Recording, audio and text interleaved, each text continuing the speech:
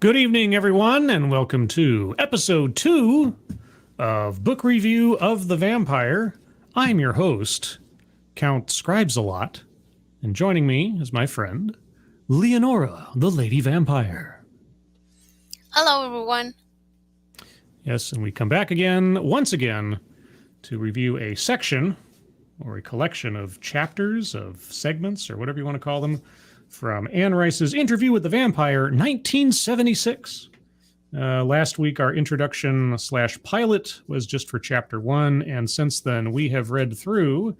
Again, chapters is kind of just a convenience because there aren't really chapter breaks in this so much as just like section breaks in the book. But for ease of purpose, we've read through chapters 2 through 6, ending up on approximately, if you're reading along, page 119, if you're looking at the sort of classic blue covered with the little plantation house picture on it.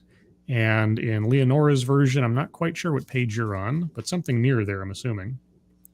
Yeah. Okay, thereabouts. So page 119 or close to. And yeah, so before we get into that, who's joining us for this Sunday evening stream? Noah Asensio, Stolka, Lurking Gopher, and Noah Asensio and Stolka. And anybody else that is lurking or in the future, good evening.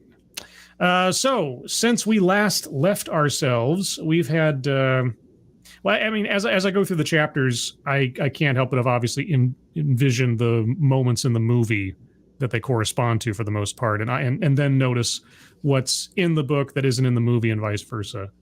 And a lot of stuff took place here. I could summarize it, but just in brief. So chapter 2 covered mostly the fire and the destruction of Louis' plantation.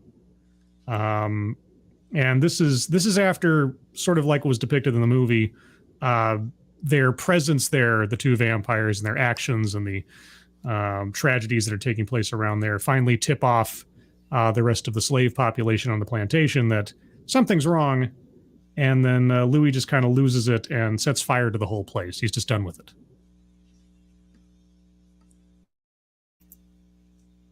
Okay. Did you have any thoughts on that, Leonora? No, I'm sorry. I just thought that we were going to continue. I didn't think that you needed some input about it. Sorry. I don't want to take up the entire airtime. I mean, if you got something you want to add or something you want to say, you know. By the way, this is Leonora's second live stream. So, yeah, so most of these chapters dealt with the destruction of the plantation and then the creation of Claudia as a vampire, which became very important, obviously. But I have some notes here, and there's some points that we wanted to discuss. So let's start with an element that is not in the movie, and that is Lestat's father. Ever since Lestat came to the plantation, he brought with him a blind old man who is purportedly Lestat's father, mortal father, which would make Lestat not all that old as a vampire as of this telling. So what did you think about the inclusion of Lestat's blind father in this?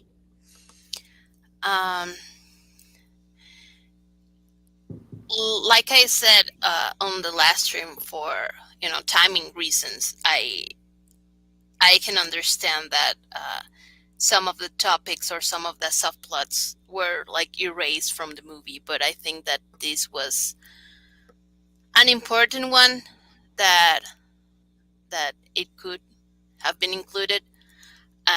It tells a lot about how why Lestat is how he is. It gives you a little bit of explanation about what are his motives on choosing Louis as his slave. It's the term that he later chooses, because he needed to still care for someone else. It wasn't just him, and this relationship along the next chapters becomes interesting, and yeah, it helps a lot in the book to understand the story a little bit better. Less stats story, especially. It is. I had a hard time trying to figure out, is his taking care of his father, is he doing it out of some like remaining sense of sentimentality for his former life? Is he doing it to sort of punish his father in a way by taking him around and sort of playing with him or something? It just seemed, like I said, my first experience with this story was the movie. So to see the character as I sort of understood him to be lugging around a frail old man that would hinder his activities all the time in some way, shape, or form. I just didn't quite understand his motivation in keeping him around in the first place, unless it was something, unless you found it entertaining or something, because there was nothing, there was no sense of sentiment or emotion about Lestat and his relationship with his father. It was just hatred. So I don't know if it was like keeping him around out of spite. Maybe I missed something. I don't know. What do you think? I don't know. I think that, well, I understood it more of like it was like the last human part that he had, you know? Because being the way that he was, or he's going to be, and in like in the movie or on the next chapters, you don't see him like I don't think he is like, I'm just gonna keep you here because I hate you, you know? Because at the end of the day, the father is a burden, you know? It's something that keeps him from going to Europe or going away somewhere else. And it's not practical. And it's a practical character. So I don't think that it was 100% because of hate. I think it was more of the last part of his humanity being taking care of his father. And yeah, because the family members in this, I can see how easily they were cut for the sake of the movie, because Louis's mother and sister are almost a forgotten afterthought after about maybe chapter 2. You don't even really hear about them again, except in passing that the sister got married off and the mother died. Lestat having his father around, I kept waiting for there to be some kind of payoff with that. And it just, even when the guy was literally on his deathbed and about to pass away, even then Lestat had no sentimentality for it, and for his relationship with his father or anything else. And his father blamed himself for how Lestat turned out and everything else. And he doesn't know about him being a vampire, obviously, or at least I suppose doesn't. But I just didn't. But there are I never figured out where, what. I'm sorry, but there are parts where it says that he specifically like wanted to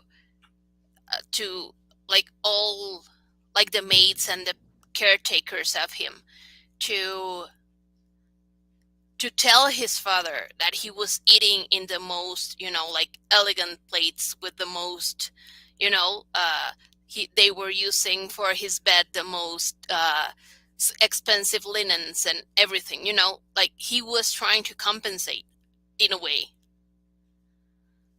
So because he was blind, like he if he didn't care about him, like he could just, you know, keep him there and that's it. That still sounds to me like almost it could be interpreted as an act of spite. Like, look how well I'm doing despite you. Like literally, despite your lack of parental care, I'm doing great all on my own. And just like as a font for him to have some kind of like long-standing revenge, I guess, which I guess would make sense to the character. But for the sake of the story, I don't know if it told me much, except that Lestat is able to hold a grudge for a long time, I guess. Yeah. But yeah, so yeah, the blind father is kind of in the background for chapter 1 and 2, and then he dies just before the fire overtakes everything. Chapter 2 was a really long chapter; it was about 60 some odd pages, and a lot goes on in there. Partially deals with a neighboring plantation that is run by well, the father has passed away. The son is running the place, and the mother and the daughters are kind of in the background. And Lestat has his eyes on taking over the plantation, like taking over this other plantation. And I think at one point Lestat was thinking about making the boy a vampire as well to sort of like consolidate their power, if I'm not mistaken. But then the head of the plantation and some other guy get into a duel over something. Mm-hmm. And so there's this whole long scene where they're observing this duel take place, and the boy ends up surviving, the one that owns the plantation. But then Lestat chases him into the woods and kills him because he can't help himself for whatever reason. And then we have this bizarre, long sort of textual soliloquy about the eldest daughter, sister to the kid that died, Babette. And Louis becomes this kind of advisory life coach, invisible Cyrano de Bergerac to Babette for the next several years as he's encouraging her. She needs to take over the plantation. She has to stand up and take the reins because even though tradition would say it has to be the eldest son, if they cower into the background, then other people will come over and take it over, and you and your mother and your sisters will be in poverty. And so he life coaches her into becoming the head of this plantation as a somewhat shadowy sort of figure, spirit, whatever, that she never sees in full light. And I guess Louis falling in love with Babette, or falling in love with the idea of having a protege. And we get so much Babette, much Babette. And it keeps going on and on and on. And I'm like, okay, so are you in love with her? Are you just living vicariously, I suppose, because you can't anymore? It just became so saccharine after a while. His longing and his like going, waxing philosophic about Babette. But that's just my initial thoughts. What about you? I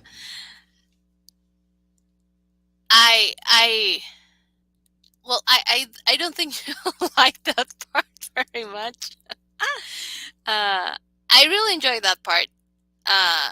It was also a part where you can discover a little part of Louis' character, of possibly what could have been if he wasn't a vampire. Because being like neighbor plantations, it would, they would have met at some point.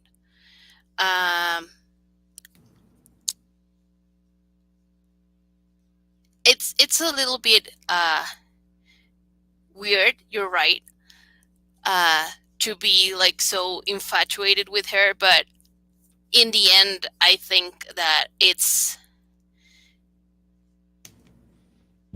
a result of a lot of things, like the part of the brother, because even though he didn't like kill him, he knows who did it and what was the reason, and so he feels like guilty about it.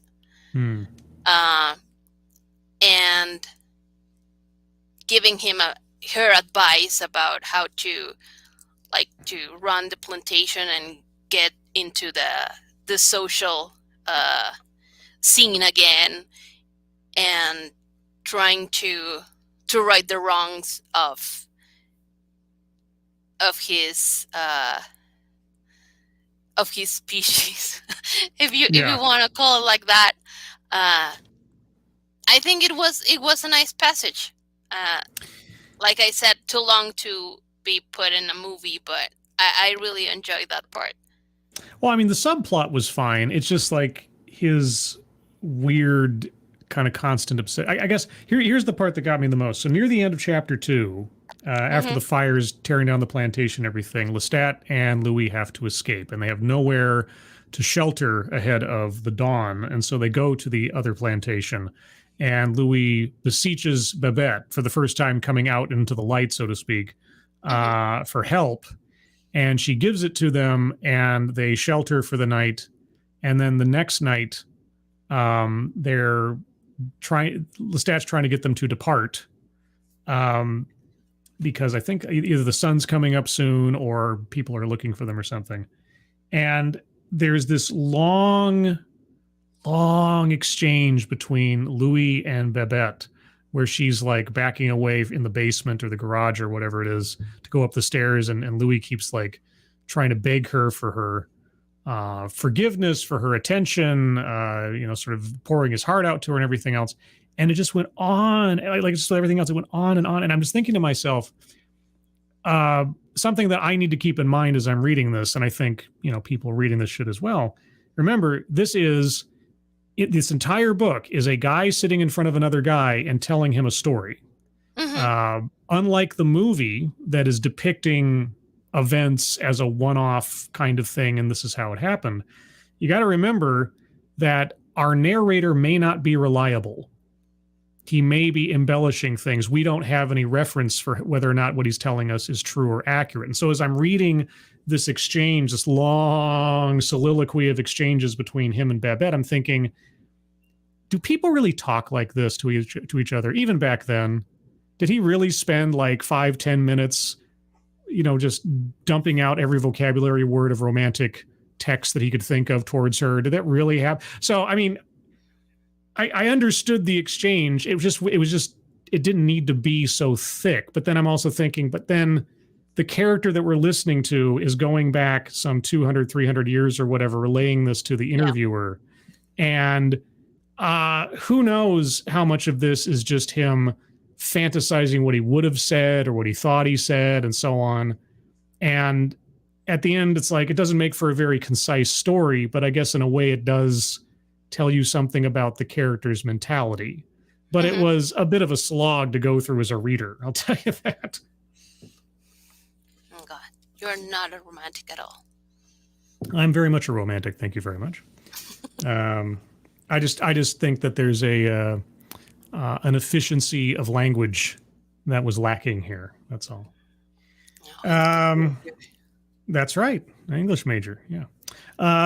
So after they escape to New Orleans, this is where we finally meet Claudia, the probably one of the most important characters as far as I know within the narrative, or at least the dynamic of these guys. So after a scene that we do see in the movie where Lestat has wined and dined a couple of ladies up to their fancy hotel room and is just, slaughtering them and harassing them and terrorizing them and everything. Louis had enough and he goes, barging off into the streets and stumbling around all in a tizzy and all depressed. And of course he hears the faint cries of a child for their mother. And he goes in and he finds this little girl hugging what is now a days-old dead corpse of her mother, and overcome with emotion and hunger and everything else, and the beating of her heart against his chest as he hugs her, he feeds on her. Doesn't kill her, but feeds on her, and Lestat catches him, and then Louis runs off. Lestat apparently saw to her being taken to a hospital, and then by the next night, or thereabouts, Lestat has taken Claudia back to their hotel and is making her into a vampire. Now, the book says that at this time, Claudia was 5 years old. Yeah.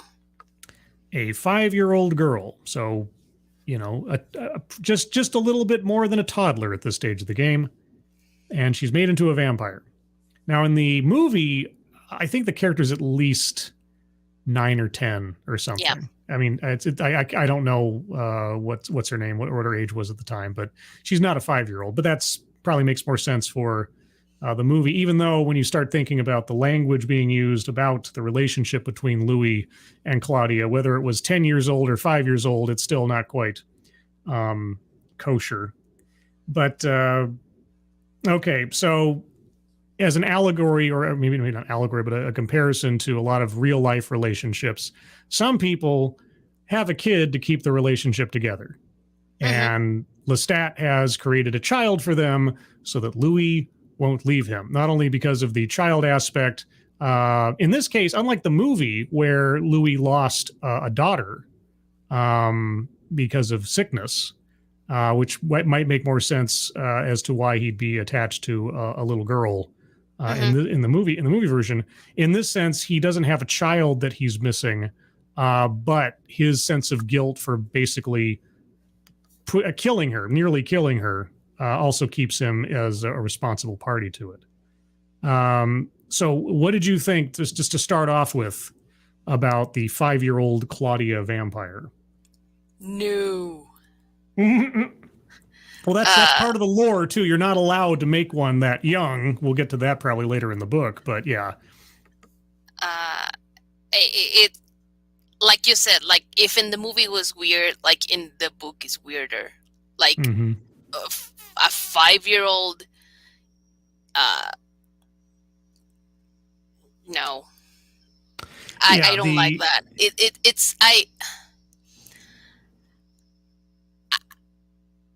I am not like buying that idea, you know, like to be like a 5-year-old, and I know that they don't like they grow mentally, not the body, but you know, just the mind, and you know, and she becomes a woman later, but still, like a 5-year-old is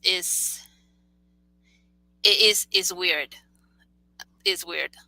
I don't like it. You're not supposed to like it. It is horrific, and when you start thinking about the implications of it, it is entirely obscene and macabre, and that's of course that part of the irk factor of the whole thing, especially when both in the movie and in the book, as the years pass, Claudia and Louis refer to one another as lovers, which is just, and like I say, it's supposed to make you feel uncomfortable, right? That's part of the. It is a horror book after all, and there's certain things like I could read page after page of them like slaughtering people, and it really doesn't affect me. But then you have a vampire in the body of a 5-year-old referring to a grown 22-year-old, at least at the time of his death, vampire as her lover, and that's even more disturbing than anything else in the book so far. But as a character, she's probably the worst of all three of them, morally speaking, because she does, and she even explains at one point she doesn't know any different. Like when she was, I'm going to use some Vampire the Masquerade terminology here again. When she was embraced at 5, she didn't have any way to remember the events that occurred prior or anything else. So they're very fuzzy because she was such a young child.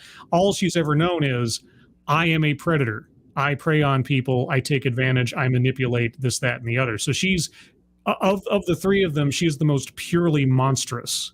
Except that when you have in your mind's eye as you're reading it that this is like a cute little girl, it does sort of play with your sense about who this character is versus how they are, if you know what I mean. And so as a character in the dynamic, she's very interesting and very unique. And setting aside the implications of freezing a child in time like that, neither Louis or Lestat had any idea of the monster they were creating, I don't think. Yeah. It was like, I think it describes it somewhere in the book like that. Like it was the perfect killing machine, you know? Yeah. Like in the outside, it has like all the appearance of being super innocent and fragile and pure, and that's how mostly he lured her victims, being quote unquote lost and some crying, and that's how she did her killings. And also looking at the role models that she had. Yeah, well, yeah, there's that too. Yeah, her two fathers, my two dads. So she didn't know any better. So yeah, the super manipulative, and yeah, it's the worst character, like in the evil chart of the three of them. Yeah. Yeah, and she also inherited more or less the best and worst traits from both of her fathers. In the case of Lestat, she just loves the hunt. She loves going out to kill, but she also has Louis's curiosity.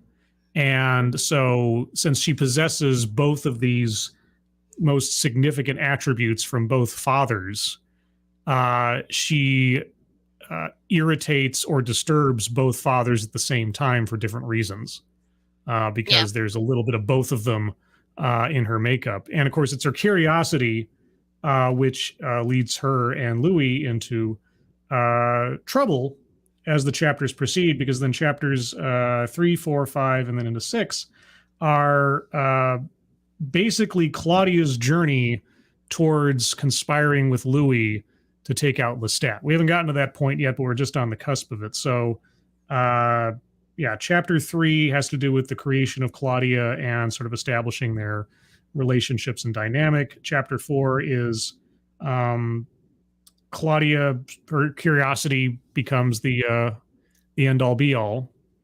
Let me get the fundraiser up there. Thank you, Kieverdam. Apologies for that. Let me get that here. That there. And thank you, Kieverdam, so very much. Fundraisers are in chat. Sorry, my reminder was wrong. No worries. No reason to apologize. And thank you, Kieverdam. It's very generous of you. Really appreciate it. Yes, everybody at the top of the chat box, if you'll take a look, we've got a fundraiser there for a friend of a friend. Twisted Skipster needs some help with some bills. Life has taken a turn, as it often does, and any help you can provide is very much appreciated. So take a look at that. If you can't donate, that's fine, but if you can, share that link out on social media for others. That'd be very much appreciated. So thank you in advance, and thank you again, Kieverdam, for that and for the donation. Chapter 4, Claudia decides to start asking questions, and she's like, who made us? Who made me? How was I made? How did this happen? Where do we come from? And Louis at a loss because he only knows as much as Lestat told him, and Lestat hasn't told him much of anything. So she starts reading all these books and folklore and myths and legends about witches and witchcraft and monsters and things. And she just, devours this stuff, no pun intended, trying to find answers, but no answers are forthcoming. And then she just wants to know, how was I made? Who did this to us? And then it comes out, well, Lestat made you into who or what you are, but I, Louis, kind of put you in the position of being made. And there's a, I know we're jumping ahead quite a bit. I mean, summarizing this, I don't think misses a whole heck of a lot, but I don't know. Well, I guess we can discuss it. But by the time we get to the end of chapter 6, and Louis has confessed everything to her and told her about his role and everything, and she's run away and effectively rejected him, and Louis' heart is broken, he doesn't know what to do, and everything else. And then Claudia comes back and says, I forgive you, Louis, but we really need to get away from Lestat. I just see that as the most manipulative guilt trip ever. It's like, whether or not she actually forgives Louis, he needs to hear that she forgives him, and she knows it. Yeah. And he is the most convenient, he's the weakest link, so to speak, and the most convenient tool for her to get some kind of revenge, because she's pragmatic enough to understand it's true. I cannot survive on my own. Exactly. Even with my skill, even with my everything else, I can't move through the world and be taken seriously by anybody in the ways that need to be as a 5-year-old child. So I need a proxy. And of the two dads that I've got, Louis is the weakest link. And he's the one that I can manipulate the easiest. So he's going to be my co-conspirator, whether he likes it or not. That's how I kind of read the closing lines of chapter 6. Yeah, totally. I mean, well, I don't think it is like said this early in the book, but yeah, one part of making vampires is that you don't make anyone that young. Mm-hmm. And I think that precisely that's the reason, because how could like a 5-year-old move in the world by itself? Mm-hmm. It's not practical, and she knows that, and she knows that she needs someone to help her getting rid of Lestat. Like, she knows it, and that part where she hits the maid and the daughter, I think that part of it was in the movie they kind of imply it with not with this specific characters, but it's another woman. I think it's a prostitute. Mm-hmm. But she's like willing to have like these womanish features, and she also is willing to have someone else as a partner, because she knows that Lestat is no good and Louis is just too soft. Yeah. And I think that killing the maid and the daughter, in a way, she was trying to make them vampires, but she couldn't. That's why she's so interested in knowing how you do it, Mm-hmm. because she needs someone else. Yeah, and the thing that I didn't really understand in the both the movie and the book is the realities of turning a child are so obvious. The problems with that are so plain. Yeah. That and the fact that I'm assuming, because I haven't read this book, I'm assuming that like the movie later on we'll be told that it is forbidden to make one so young. If Lestat had any idea of that being a rule, let alone, like I say, just common sense of it, I still don't see, because unlike in the movie, the little girl is literally steps away from being dead. There's no layover between when Louis bites her and then like a night later or two or something, they go to a hospital, pick her up, and bring her back to the hotel. That same night, she's either going to pass away or they're going to turn her into a vampire.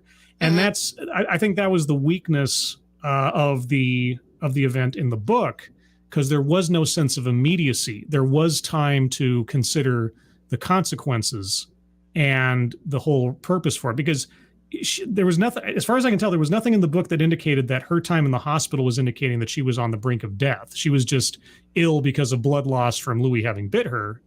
Yeah. But she was conceivably perfectly able to recover and move on. But in the movie, there was like, okay, she's at death's door, so what are you going to do? And so I think the book is weaker for that layover of time than the movie was in telling it. Yeah, maybe it was like this, like we said, when the movie was made, probably Anne Rice could review her work and change a little bit of things. Yeah, because in the movie they're in the middle of the plague, and we know that all of Claudia's family, including her mother, are dead because of the plague. So she was going to definitely die from the plague, like right there, and or become an orphan. Well, she already was, and have a tragic future. But in the book, you don't know that. You don't have that for sure. You don't have that urgency to, quote unquote, save her life or not. She was doing good. She was in the hospital and with a lot of other like bunch of kids, and yeah. So yeah, maybe that was like a little tweak that she did for the movie, it was a right one. Yes, In my definitely. opinion, yeah. Yeah. But Because the practical thing would be at that point, it's like, okay, we can save her and make her our ward or something, right? She can be mhm, like our little assistant or whatever. And then, 10, 15 years from now, which will be like a blink of the eye for most vampires, when she's of age, then yeah, maybe, or something like that. Yeah, the necessity or the utility, I guess I should say, of making her a vampire in the book doesn't make nearly as much sense as the movie. But mhm, aside from that, yeah, so now we are at the cusp of the conspiracy between Claudia and Louis to do away with Lestat and free themselves from him. mhm. Uh, that's kind of the totality of the notes I had or thoughts I had on these sections. Anything else you'd like to add? Mm,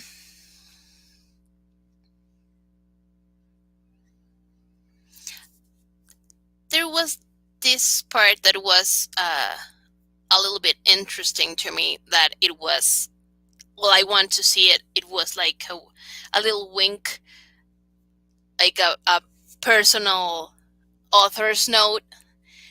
I didn't see it but once, but there's a part when they start talking about like Louis and the reporter Mm-hmm. about what's the specific word that they use? Aesthetics. Aesthetically, what is aesthetically pleasing and what is um like it's like a like sort of a philosophical um exchange that they have, that it's not necessarily like it doesn't give any, any it doesn't forwards the story at all, but it's like a little bit of probably like the author's personal opinion. Mm-hmm. And I have seen that resource, if you want to call it, on other authors and on other books, and I also like that part. Like they go out of their way just to give you a little bit of the way that they see things, a little bit hidden. But I got that, and that those are the parts that, even if it's like a fiction, a novel that shouldn't like make you think in other things uh more deeply, it gets you there. At least it gets me. So Mm-hmm. I just remember that part, and I think that I appreciate those little tips out of the story. Well, yeah, I mean, in books and writing and things, you have more freedom and more room to Hmm. add what would otherwise be, for the sake of the narrative, say filler, Hmm. but also elements that provide some scope, some extra character to things. And like you say, they don't necessarily push the narrative forward, but they paint a more rich picture of the circumstances and the characters and the things going around, to sort of set your mind and your mood within the world as you're pushing forward through the narrative. And yeah, movies generally can't do that, or if they do, it's through the visuals more than anything else. Obviously, as a movie, Yeah. than it is with extra narration or something, or sort of like or very creative visual storytelling without having to give a bunch of exposition. Hmm. But but yeah, I mean, Anne Rice is definitely good at adding useful fluff. Yeah, But exactly. But yeah. because it's not just, it's not in some parts, at least for me, I know it could be a little tedious for you, but Mhm. over describing. Uh, but these little parts where they have like this little exchange of ideas, it's also interesting. So yeah, that uh, kind of fluff, it's appreciated this in this part. All right. So, with that, the plan will be between now and next Sunday to cover chapters 7 through 12, if my math isn't completely off, and or sections 7 through 12, which will probably take us right through over halfway through the book, if I'm not mistaken. But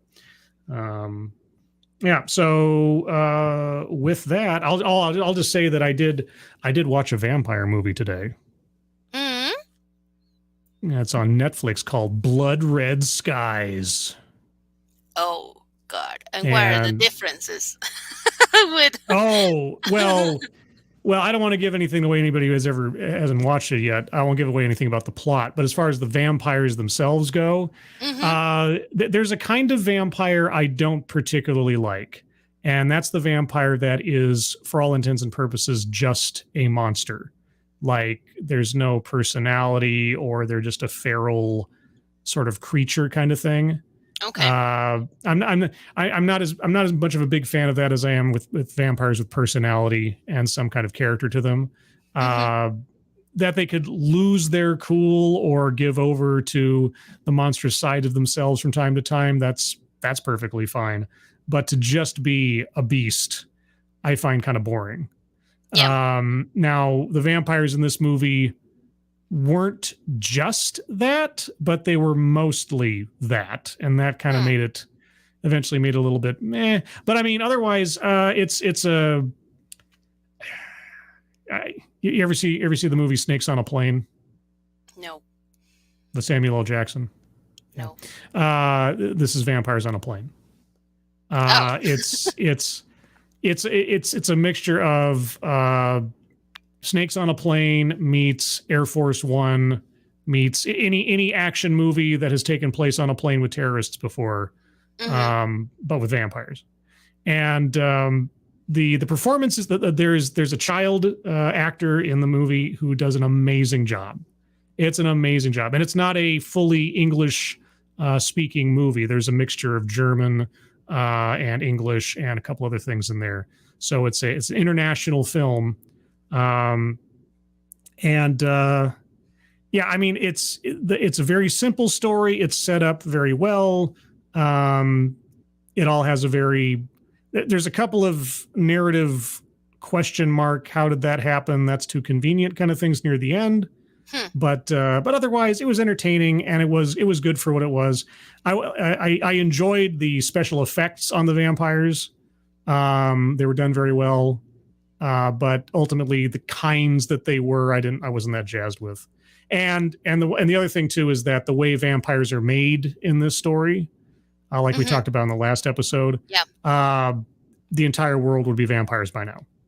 It's just, yeah, if you get bit, you turn, which is just too easy. But yeah, so I have Blood Red Skies out of 5 stars. I'll give it, or five fangs. I'll give it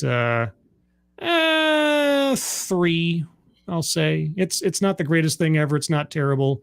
There are better vampire movies out there, but it's entertaining for what it is. Okay. So anyway, there we go. There's a vampire review on top of a book review. Anything else you'd like to add, Leonora, before we wrap up? No, we have to keep reading. Hope you join us. Yep. And so for those of you out there who are reading along with us, again, we'll be going through sections, chapters, whatever you want to call them, 7 through 12 between now and next Sunday at the same time frame, 5 p.m. Pacific, 8 p.m. Eastern, for the 3rd episode of book review of The Vampire. A couple more late hellos before we wrap up. Assassin of the Gray, good evening. Spoonie the Rebel, good evening. Kieverdam, of course. Texas Attorney General, Secret Agent, Ostsan. Anybody else I missed that I can see here real quick? I don't think so. So with that, everybody, thank you so much for joining us. Moderators, thank you for keeping an eye on things. Even though everyone here is so well behaved, you have very little to do. Everybody who donated both to myself and to the fundraiser at the top of the chat box, thank you guys so much for your generosity. It is very much appreciated. Leonora, thank you for joining me as always. Thank you. Thank you guys for listening and watching. Yep. And everyone, hope you enjoy the rest of your Sunday and weekend. Hope you have a good week ahead of you.